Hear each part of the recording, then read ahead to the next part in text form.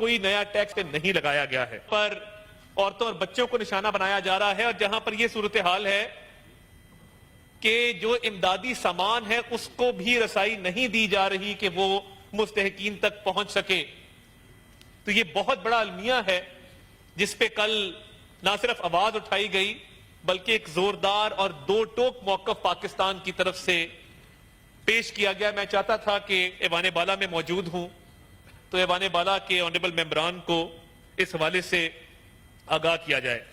मैं honourable senator Sarmad Ali साहब की तरफ से सवाल हुआ, इनकी बात बिल्कुल दुरुस्त है कि जो 1997 का सर्विसेज मैनुअल है उसके तहत एडवर्टीजमेंट्स दी जाती हैं, मगर इसको एक एडवर्टीजमेंट पॉलिसी आई थी 2021 में जिसको 2022 में अमेंड किया गया था। मैं मौजूदा हुकूमत की तरफ से आपको ये स्टेट करूं कि फिलहाल जो इलेक्ट्रॉनिक मीडिया की बात की कि किसी जमाने में सिर्फ पीटीवी था और उसके जरिए ही एडवर्टीजमेंट्स होती थी, तो इलेक्ट्रॉनिक मीडिया के लिए कोई ऐसा पैमाना नहीं है जिसके तहत ये जांचा जा सके कि किसको आपने कितनी एडवर्टीजमेंट देनी है। तो इनकी इतला के लिए अर्ज है कि रेटिंग्स का सिस्टम, जिनका एक अपना सिस्टम है इलेक्ट्रॉनिक मीडिया का, उसके तहत फ्रीक्वेंसी तय की जाती है और रेट्स तय किए जाते हैं। हमारी एक रेट्स कमेटी है जो ये तय करती है कि किस चैनल को किस फ्रीक्वेंसी से ऐड देना है और किस रेट पे ऐड देना है। And I am happy to state कि इस वक्त किसी भी टीवी चैनल के इश्तहारात बंद नहीं हैं।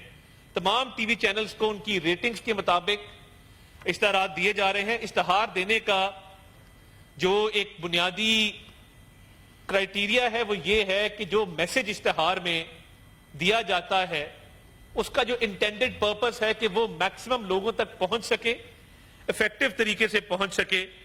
तो उसका इलेक्ट्रॉनिक मीडिया के हवाले से जो रेटिंग्स का सिस्टम है वो अपनी जगह मौजूद है और न्यूज़पेपर्स के हवाले से एक ऑडिट ब्यूरो ऑफ सर्कुलेशन है जो सर्कुलेशन को चेक करता है कि किन अखबारात की कितनी सर्कुलेशन है और वो कितनी वाइड है, उसके मुताबिक इश्तहारात दिए जाते हैं।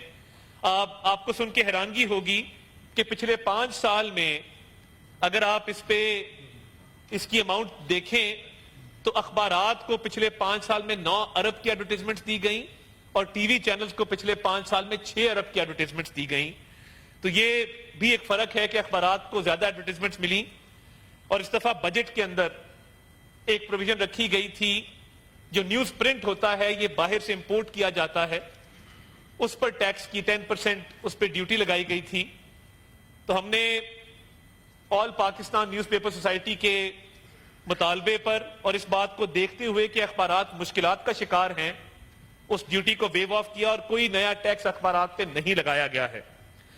तो मैं ऑनरेबल मेंबर की इस बात से एग्री करता हूं कि पॉलिसी को मजीद मजबूत बनाने की जरूरत है, मजीद मौसर बनाने की जरूरत है।